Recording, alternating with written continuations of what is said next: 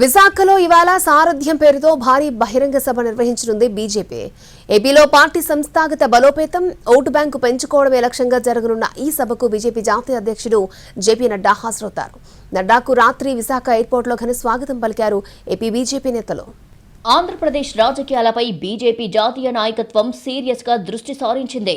కూటమిలో భాగస్వామ్యంగా ఉంటూనే సంస్థాగతంగా పార్టీని బలోపేతం చేయడం ముఖ్యమని భావిస్తోంది. ఈ దిశగా పార్టీ శ్రేణులకు దిశానిర్దేశం చేసేందుకు ఇవాళ విశాఖలో భారీ బహిరంగ సభ నిర్వహిస్తోంది.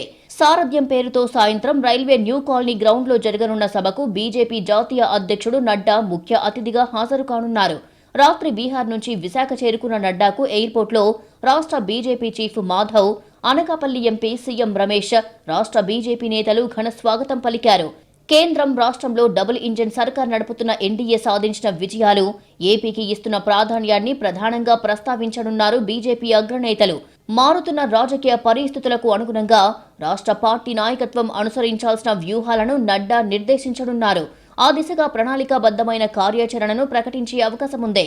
గతెన్నికల్లో కూటమి మినహా వైసీపీ, కాంగ్రెస్ సహా ఇతర రాజకీయ పార్టీలకు ఏపీలో 43% ఓట్లు నమోదయ్యాయి.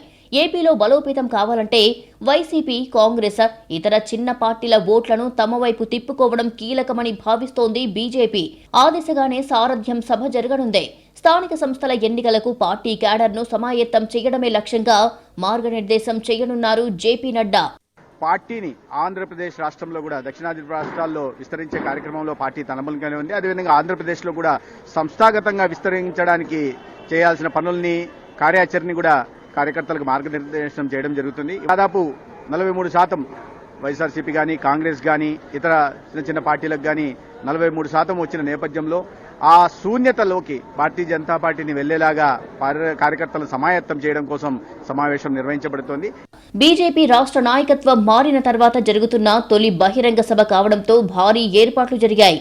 రాష్ట్ర బీజేపీ అధ్యక్షుడు పీవీఎన్ మాధవ్ సారథ్యం పేరుతో ఇప్పటికే జిల్లాల పర్యటనలు పూర్తి చేశారు.